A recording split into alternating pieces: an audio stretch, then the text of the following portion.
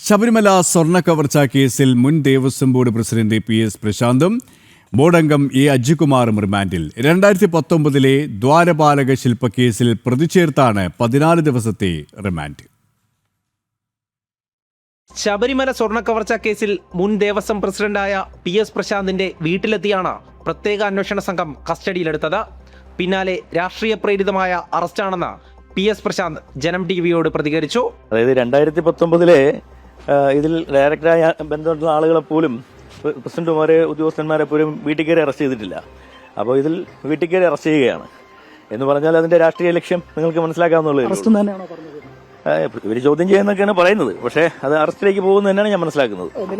ഒരു ഗൂഢാലോചന തന്നെ ഉറപ്പായിട്ടും ഉണ്ടല്ലോ, അത് ഉറപ്പായിട്ടും ഉണ്ടാവും.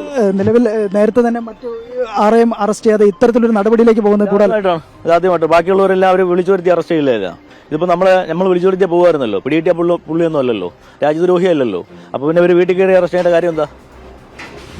നിയമപരമായിട്ട് മുന്നോട്ട് പോകും. പിന്നല്ല, പ്രശാന്തിനെ നേരെ കൊല്ലത്തേക്കാണ് കൊണ്ടുപോയത്. പിന്നാലെ ജനം TV സംഘവും.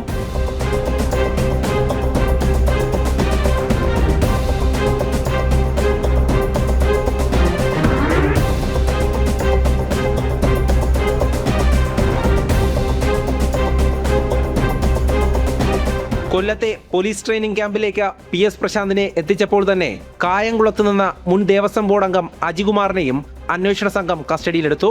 2019 സ്വർണ്ണ കവർച്ച മറച്ചുവെക്കാൻ 2025 ബോർഡ് ശ്രമിച്ചതായാണ് SITയുടെ കണ്ടെത്തൽ. ദ്വാരപാലക ശില്പപാളികൾ ചെന്നൈയിലേക്ക് വീണ്ടും സ്വർണം പൂശാനായി കൊണ്ടുപോയതിലാണ് ദുരൂഹത.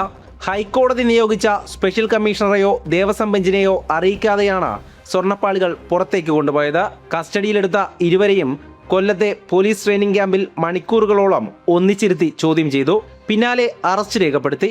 2019 ദ്വാരപാലക ശില്പപാളി കേസിലാണ് ഇരുവരെയും പ്രതി ചേർത്തത്. പ്രതികളെ വൈദ്യപരിശോധനയ്ക്കായി കൊണ്ടുപോകുമ്പോൾ യുവമോർച്ചയുടെ പ്രതിഷേധം.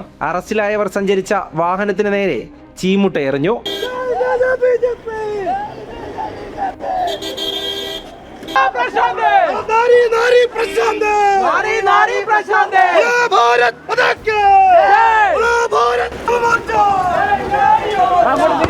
വൈദ്യപരിശോധനയ്ക്ക് പിന്നാലെ കൊല്ലം വിജിലൻസ് കോടതി ജഡ്ജിയുടെ വസതിയിൽ ഹാജരാക്കിയ ഇരുവരെയും 14 ദിവസത്തേക്ക് റിമാൻഡ് ചെയ്തു.